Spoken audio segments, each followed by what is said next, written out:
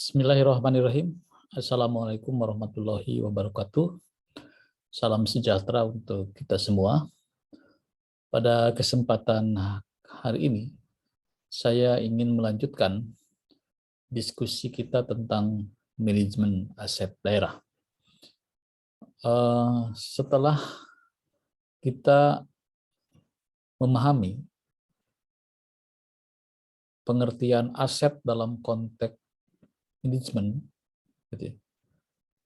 tentu pada kesempatan ini saya ingin mengajak kepada kita semua untuk mendiskusikan hal-hal yang lebih aplikatif, gitu ya. Atau dalam hasanah keilmuan ini lebih bersifat praksis, gitu. Jadi unsur aplikasinya nyata, tetapi dukungan teorinya juga ada. Saudara-saudara sekalian, berbicara terkait dengan aset, atau lebih spesifik lagi adalah manajemen aset. Sebenarnya kita membicarakan sesuatu yang teramat penting, namun seringkali terabaikan. Maksud saya adalah bahwa berbicara manajemen aset itu tidak terlepas dari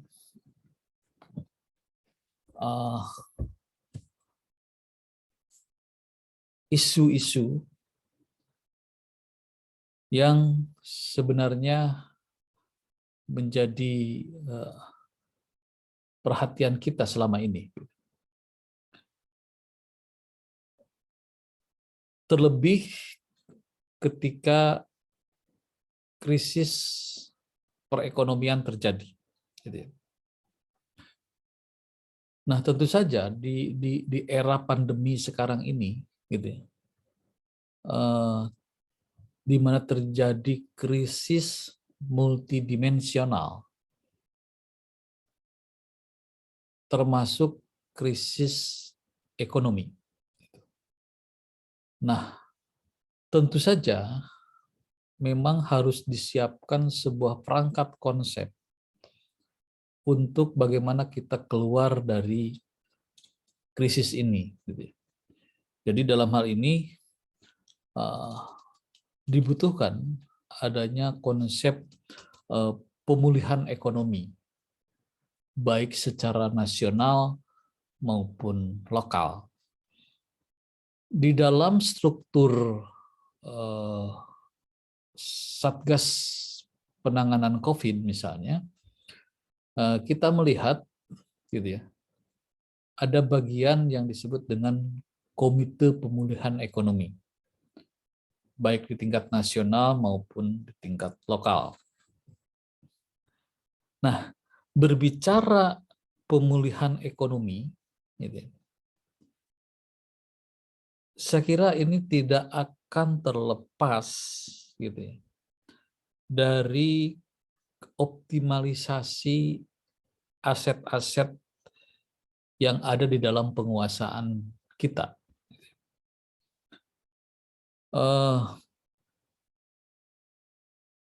Kita mengetahui bahwa di dalam Undang-Undang Dasar tahun 1945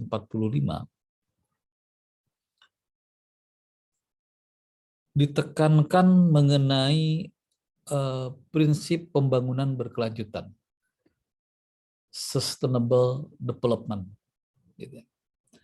di mana ketika kita berbicara perihal sustainable development atau pembangunan berkelanjutan, sesungguhnya kita membicarakan tiga hal. Pertama adalah sumber daya alam. gitu ya. Yang kedua tentu infrastruktur. Dan yang ketiga adalah sumber daya manusia. Nah, dengan demikian, pandangan beberapa kalangan yang menyatakan bahwa aset kita itu begitu sangat luar biasa. Gitu ya. Apalagi tadi terkait dengan sumber daya alam, gitu ya. Nah, kita juga masih ingat di dalam Undang-Undang Dasar kita, dalam hal ini adalah pasal 33 yang berkaitan dengan pengelolaan aset negara. Gitu ya. Bunyi dari pasal 33 ini, tentu saja ini saya berbicara Undang-Undang Dasar setelah mengalami proses amandemen, gitu ya. Sehingga bunyi pasal 33 itu menjadi sebagai berikut. Pertama, atau ayat ke-1, perekonomian disusun sebagai usaha bersama atas dasar atau atas asas kekeluargaan. Jadi, sekali lagi, ayat pertama mengatakan bahwa perekonomian disusun sebagai usaha bersama berdasarkan asas kekeluargaan. Kemudian ayat keduanya, cabang-cabang produksi yang penting dan menguasai, maksud penting di sini adalah penting bagi negara, dan yang menguasai hajat hidup orang banyak dikuasai oleh negara. Jadi sekali lagi ayat 2 mengatakan bahwa cabang-cabang produksi yang penting bagi negara dan yang menguasai hajat hidup orang banyak dikuasai oleh negara. Ketiga, ayat 3, bumi, air, dan kekayaan alam yang terkandung di dalamnya dikuasai oleh negara dan dipergunakan untuk sebesar-besarnya kemakmuran rakyat. Itu bunyi ayat 3. Nah, selanjutnya ayat 4 mengatakan bahwa perekonomian nasional diselenggarakan berdasarkan asas demokrasi ekonomi dengan prinsip kebersamaan, efisiensi, berkeadilan, berkelanjutan, berwawasan lingkungan, kemandirian, serta dengan menjaga keseimbangan, kemajuan, dan kesatuan ekonomi nasional. Nah, kita tahu bahwa ayat 4 ini merupakan ayat baru hasil amandemen. Di Undang-Undang Dasar sebelumnya hanya sampai ayat 3 gitu ya. Nah, ditambahkan ayat 4. Nah, di sini yang terus kita garis bawahi karena ini merupakan atau mewakili semangat zaman hari ini gitu ya. Zaman now gitu ya. Bahwa perekonomian ini kata kuncinya itu diselenggarakan atas dasar demokrasi ekonomi. Nah, kita tahu bahwa kalau berbicara demokrasi itu berbicara kepentingan rakyat gitu ya. Rakyat sebagai pemegang goal. Jadi pembangunan ekonomi itu gitu, harus berdasar kepada demokrasi ekonomi. Nah, di sini ada prinsip kebersamaan, efisiensi, keadilan, berkelanjutan gitu ya. Berwawasan lingkungan gitu ya. Kemandirian serta memperhatikan atau menjaga keseimbangan antara kemajuan dan kesatuan ekonomi. Ini prinsip-prinsip dasar di dalam pembangunan perekonomian kita. Dan tentu saja terkait dengan hal itu diperintahkan oleh undang-undang ini, gitu ya, untuk di undang-undang dasar maksud saya, untuk dibuat undang-undang, gitu ya. Saya kira sampai hari ini sudah banyak produk undang-undang yang mengatur tentang hal ini. Terakhir tentang undang-undang Cipta Kerja. Nah, di dalam ayat 3 tadi jelas disebutkan bahwa bumi, air, dan kekayaan alam yang tergandung di dalamnya dikuasai oleh negara dan digunakan sebesar-besarnya untuk kemakmuran rakyat. Implikasi dari penguasaan oleh negara adalah bahwa negara mempunyai kekuasaan penuh untuk mengatur hal-hal yang berkaitan dengan bumi, air, dan kekayaan alam yang terkandung di dalamnya. Nah, tentu saja ini dilakukan agar dapat digunakan sebesar-besarnya bagi kemakmuran rakyat. Termasuk agar dapat digunakan sebagai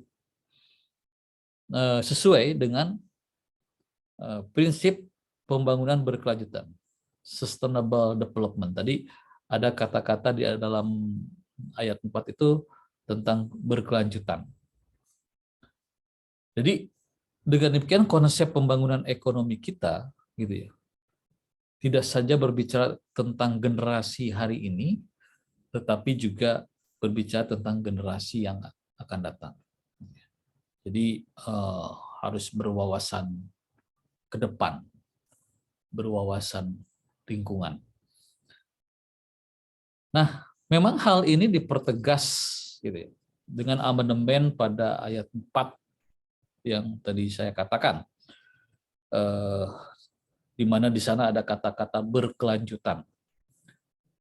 Nah, demikian juga dengan kata demokrasi ekonomi, yang berarti bahwa membuka ruang konsep ekonomi pasar yang terbuka disandingkan dengan ekonomi kerakyatan, yakni ekonomi yang mementingkan kesejahteraan rakyat.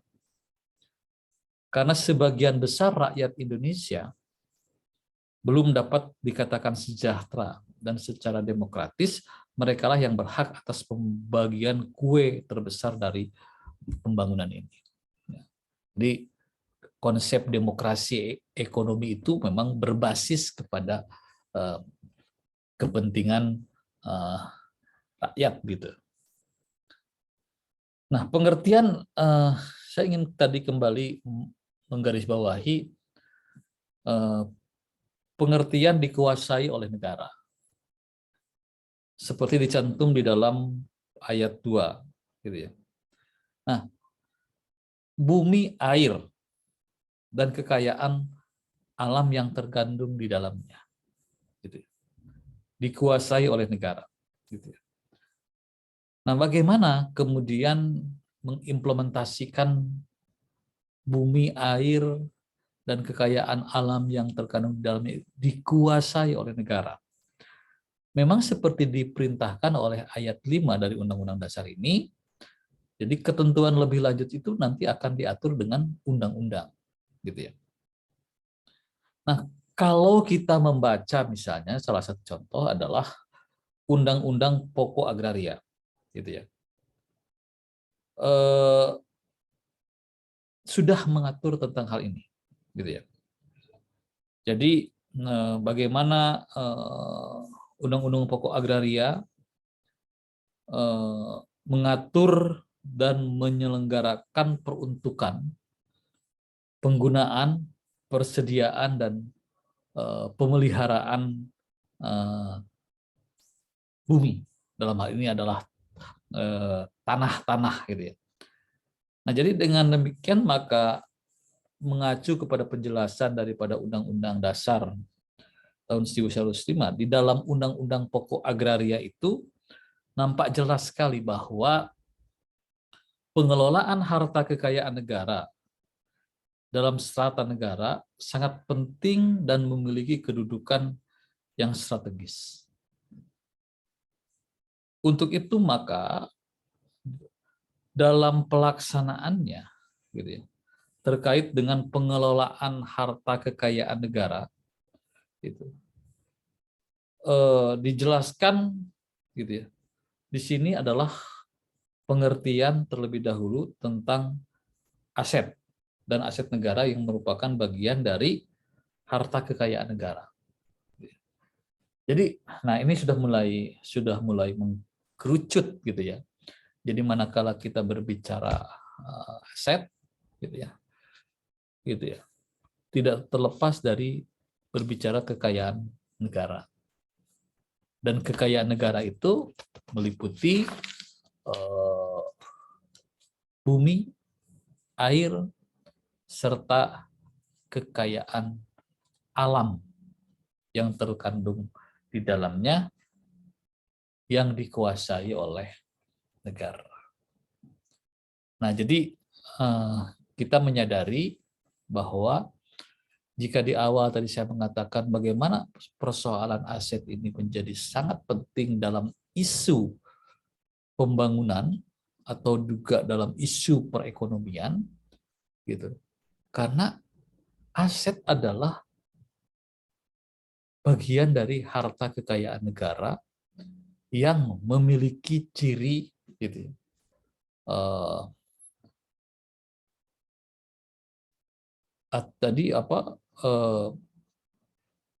bisa dimanfaatkan untuk kepentingan dan harus termanfaatkan untuk kepentingan masyarakat.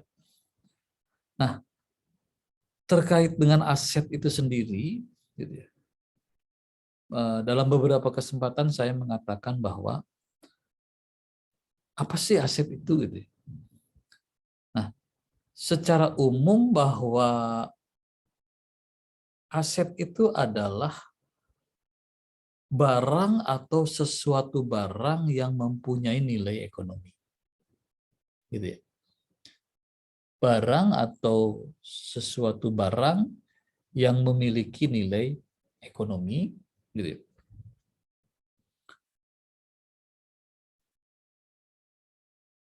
Nilai komersial, gitu ya. Commercial value, tadi economic value, kemudian commercial value, gitu ya. Dan juga memiliki nilai tukar, exchange value, gitu ya, yang dimiliki oleh badan usaha, instansi, ataupun individu. Gitu. Nah, pengertian secara linguistik atau secara leksikal, gitu ya, Anda bisa cari di dalam berbagai macam kamus, misalnya, gitu ya, kamus ekonomi, gitu ya, atau mungkin juga kamus umum, gitu ya, bahwa aset itu ya tadi, gitu ya, berbentuk barang ataupun sesuatu barang yang memiliki nilai ekonomi, economic value, memiliki nilai komersial, commercial value, dan memiliki nilai tukar, exchange value, gitu ya. Nah, tentu saja kesemua ini bisa dimiliki oleh badan usaha, instansi, ataupun individu. Nah, pengertian aset yang disebutkan tadi berlaku juga untuk aset yang dikuasai dan dimiliki oleh negara berdasarkan syarat-syarat tertentu yang diatur, gitu ya, di dalam peraturan perundang-undangan. Nah, dalam aset itu dalam pengertian hukum seringkali disebut benda, gitu ya. yang terdiri dari benda bergerak dan benda tidak bergerak. Barang yang dimaksud meliputi barang bergerak dalam hal ini, barang yang tidak bergerak dalam hal ini adalah bangunan, tanah dan bangunan, dan barang bergerak baik yang berwujud tangible, maupun yang tidak berwujud, intangible, yang tercakup di dalam aktiva kekayaan atau harta kekayaan dari suatu badan, institusi, atau individu. Jadi di dalam pengertian aset negara atau harta kekayaan negara yang terdiri dari barang-barang atau benda yang disebutkan tadi, gitu ya. Nah, termasuk dalam hal ini bantuan-bantuan yang diperoleh dari logis secara sah, gitu ya. Nah, sekali lagi bahwa di sini nampak jelas bahwa aset itu adalah barang, atau dalam pengertian hukum disebut benda yang terdiri atas benda bergerak dan tidak bergerak, yang berwujud maupun yang tidak berwujud, gitu. Yang kesemuanya adalah merupakan aktiva kekayaan. Nah, dengan demikian maka aset dapat berarti kekayaan, gitu, atau harta kekayaan, atau aktiva, atau properti, gitu ya, yang meliputi semua pos pada jalur debit suatu neraca, yang terdiri dari harta, piutang, biaya yang dibayar terlebih dahulu, serta pendapatan yang masih harus diterima. Itulah aset. Jadi sekali lagi, saya katakan bahwa aset itu berarti kekayaan atau harta kekayaan yang terdiri dari atau meliputi semua pos pada jalur debit suatu neraca, gitu ya, yang di dalamnya terdiri dari utang, piutang, biaya yang dibayar, serta pendapatan yang masih harus diterima. Nah, namun jika kita berusaha melakukan perenungan secara mendalam tanpa mengenapikan pengertian aset secara teoritik,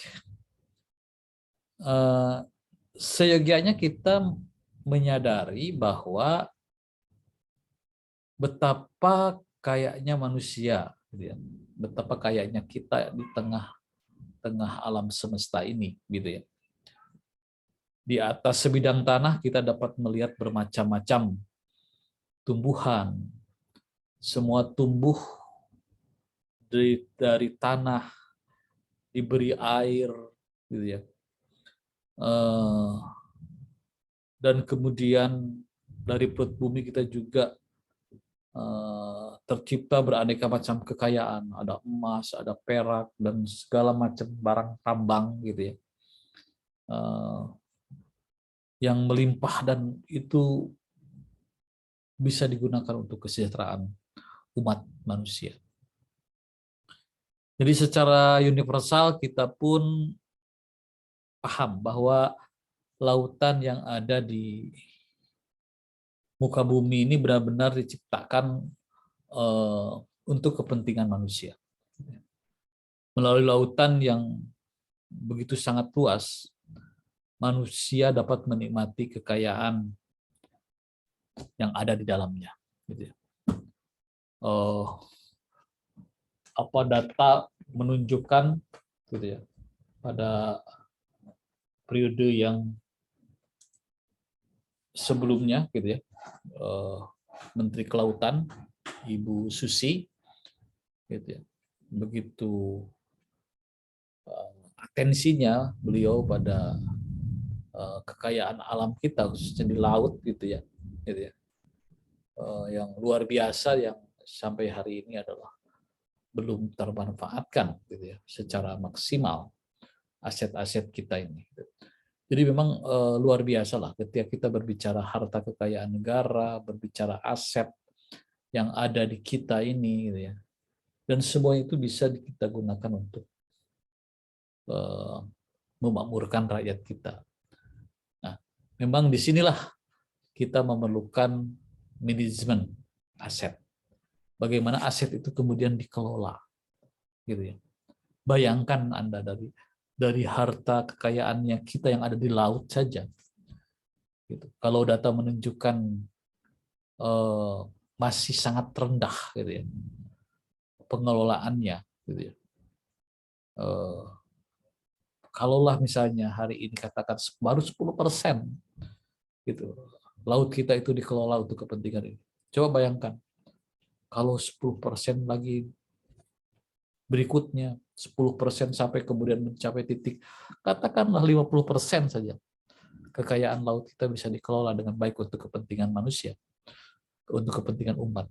Gitu. Betapa kita patut bersyukur, gitu ya, memiliki harta kekayaan alam yang sangat luar biasa ini. Gitu ya.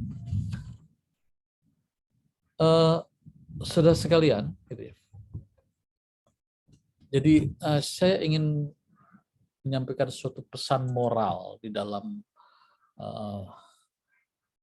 pembicaraan terkait manajemen aset ini, gitu ya.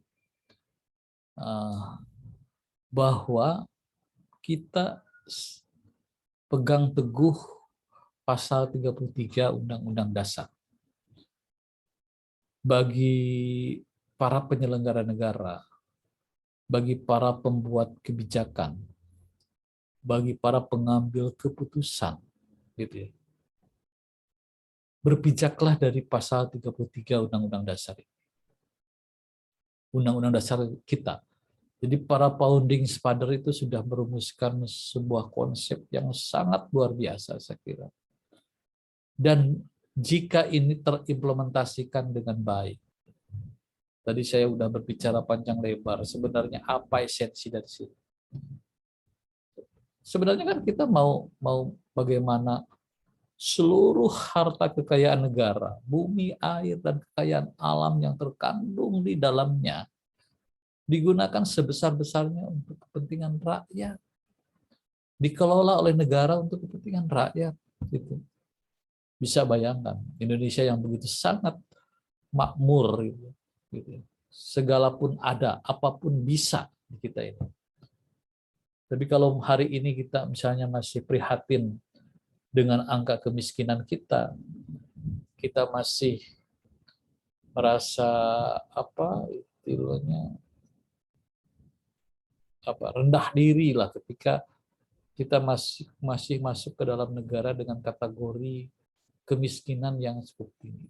Jadi seperti ya menimbulkan sebuah pertanyaan, layakkah gitu dengan sumber kekayaan alam kita yang sangat melimpah ini, gitu ya, kita masih ada kemiskinan. Suatu hal yang sangat ironis, saya kira, gitu ya.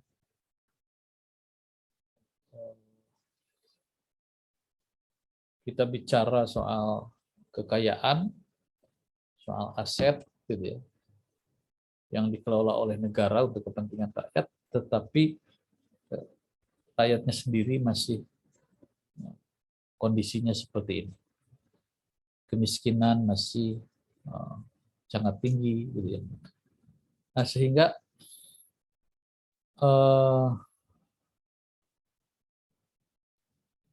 diskusi tentang manajemen aset ini, ya, saya kira tidak terlepas dari bagaimana kita memiliki tanggung jawab untuk mengelola semua harta-harta kekayaan kita, gitu, digunakan untuk kepentingan memajukan masyarakat kita, untuk kepentingan menyejahterakan masyarakat kita. Jadi berbicara aset itu tidak terbatas kepada benda-benda yang apa istilahnya yang bergerak atau tidak bergerak gitu ya. Jadi, kita sungguh sangat mengerti misalnya gitu, bagaimana harapan kita untuk segera memasuki suatu era di mana kepentingan masyarakat gitu, mendapat prioritas dan negara menggunakan kekayaannya untuk betul-betul digunakan untuk kepentingan rakyat. Saudara-saudara sekalian, gitu, berbicara pengelolaan aset, gitu, baik di tingkat nasional maupun di daerah. Gitu. Jadi memang pemerintah perlu menyiapkan suatu instrumen gitu,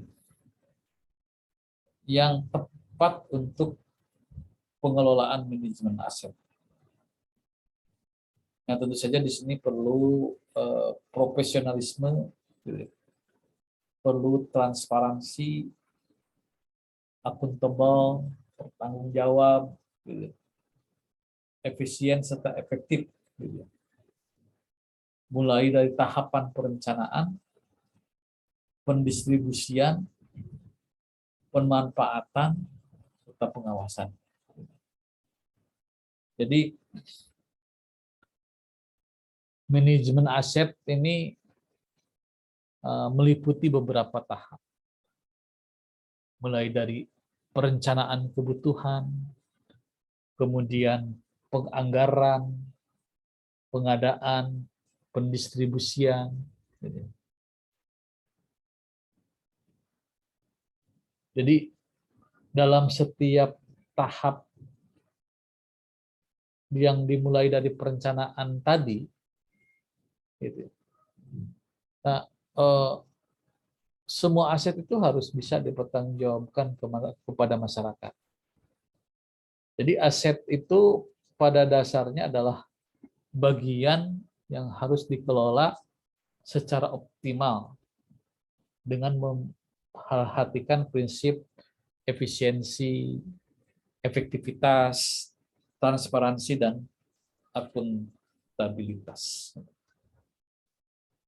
Nah, tentu saja dalam perspektif manajemen, gitu ya, pengelolaan aset itu meliputi 3 fungsi. Pertama, adanya perencanaan, plan yang tepat. Kemudian yang kedua, adanya pemanfaatan secara efisien dan efektif. Dan yang ketiga tentu pengawasan atau monitoring. Jadi konkretnya berbicara pengelolaan aset itu adalah berbicara soal perencanaan, soal pemanfaatan, dan soal pengawasan. Ingat prinsip manajemen, planning, organizing, actuating, dan controlling. Sekian saudara sekalian sesi kali ini, mudah-mudahan bermanfaat, mudah-mudahan juga bisa dijadikan inspirasi bagaimana tata kelola aset ini di masa kini dan yang akan datang, sehingga dengan penataan aset yang baik, efektif, efisien, maka dambaan kita setelah 76 tahun merdeka itu kita segera mencapai masyarakat yang adil dan sejahtera. Sekian, wabillahi taufik wal hidayah. Wassalamualaikum warahmatullahi wabarakatuh.